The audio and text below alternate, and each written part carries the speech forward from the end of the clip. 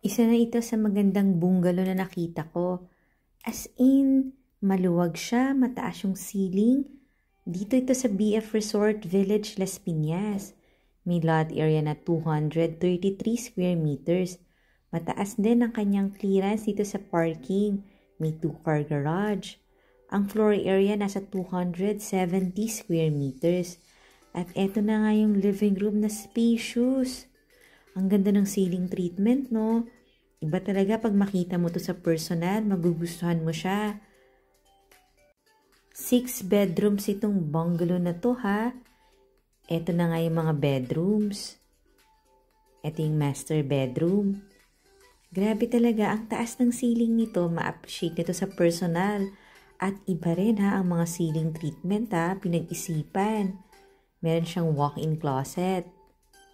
Meron ding own bathroom na spacious. Kaya nga nagugustuhan ko to kasi lahat maluwag eh. At ang ganda ng location na very accessible sa commercial area dito sa BF Resort Village, Las Piñas. Ito naman yung other 2 bedrooms. Ito yung common bathroom niya. May mga AC na rin yung mga bedrooms. Ayun no. Actually, may attic ito. Dito sa ground floor, may 3 bedrooms.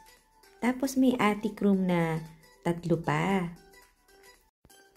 Pero ang kapansin-pansin talaga dito yung over-high ceiling niya for a bungalow. At regular shape yung kanyang living area and dining area na rin.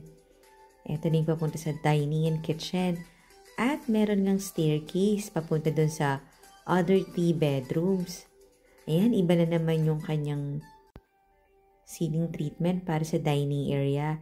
I think kasya dito kahit mga 8-seater dining set. Pahaba naman itong kanyang kitchen. As in, good as brand new na itong bungalow na to. At ito yung another access papunta dun sa second floor or dun sa attic. May bathroom. Kasi pagkakat mo dyan, nandiyan na yung maid's room. At dito yung bathroom niya. May dirty kitchen din. I-check natin yung attic room. May attic room plus dito meron pang family room. Ayan o. Panoorin mo rin yung full walkthrough nito sa YouTube channel ng Home Search Philippines. Follow ka na rin ha kasi dito mo makikita ang dream house mo. At marami pa tayong magagandang bahay. Surely matatagpuan mo dito sa aming channel yung bahay na para sa'yo. Ito na yung mga bedrooms oh. At may common bathroom siya. Ito yon. Even the bathroom, di ba maluluwag siya?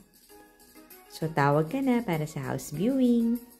Ito naman yung family room or additional room at papunta na ito sa helper's room. Kaya may access dito pababa. Ayan yung hagdan oh. So, paano kita na lang tayo for your house viewing, ha? Ito ulit yung mga spaces para mas ma-appreciate mo siya na talaga namang spacious at maluluwag. Baba muna tayo at balik tayo dito sa dining area, living